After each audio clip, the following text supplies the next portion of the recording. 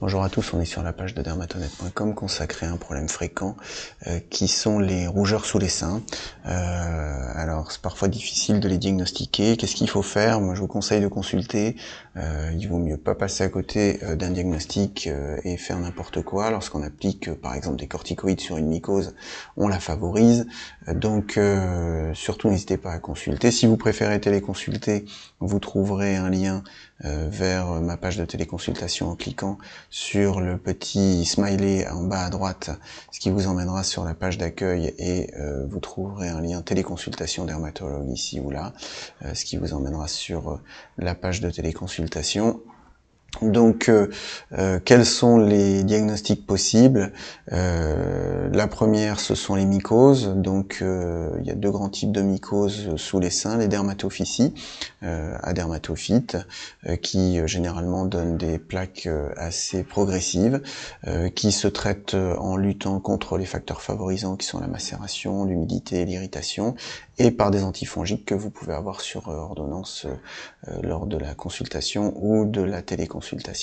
Deuxième grande catégorie de mycoses, les candidoses, à Candida albicans, qui sont souvent liées à l'acidité, à l'obésité, à un déficit immunitaire, la grossesse, un traitement par cortisone, antibiotiques ou diabète. Et les candidoses donnent souvent des rougeurs assez suintantes. Donc elles se traitent là aussi en luttant contre les facteurs favorisants qui sont l'humidité et la macération, par des savons appropriés, souvent alcalins, puisque l'acidité, on l'a vu, favorise les candidoses, et par des antifongiques. Attention, ces candidoses peuvent se surinfecter. Et le médecin vous prescrira alors des antiseptiques locaux doux pour lutter contre la surinfection bactérienne.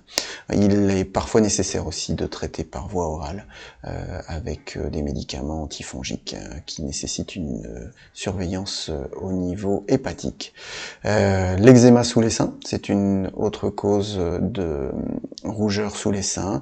Donc souvent c'est un eczéma allergique de contact lié aux parfums, aux crèmes de soins.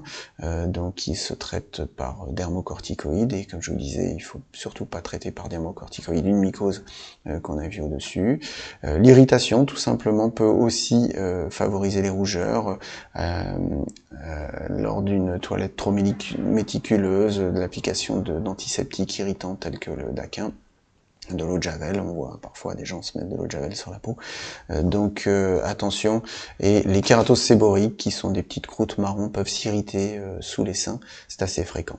Donc d'autres diagnostics plus rares, la dermite séboréique, le psoriasis, l'herpès, l'impétigo, des maladies de peau rares telles que le Hailey, le pymphilus végétant, la syphilis, j'en passe et d'autres. Voilà, donc surtout ne vous privez pas d'une consultation ou d'une téléconsultation pour faire le diagnostic et ne pas vous retrouver avec quelque chose qui s'aggrave. Merci de votre attention.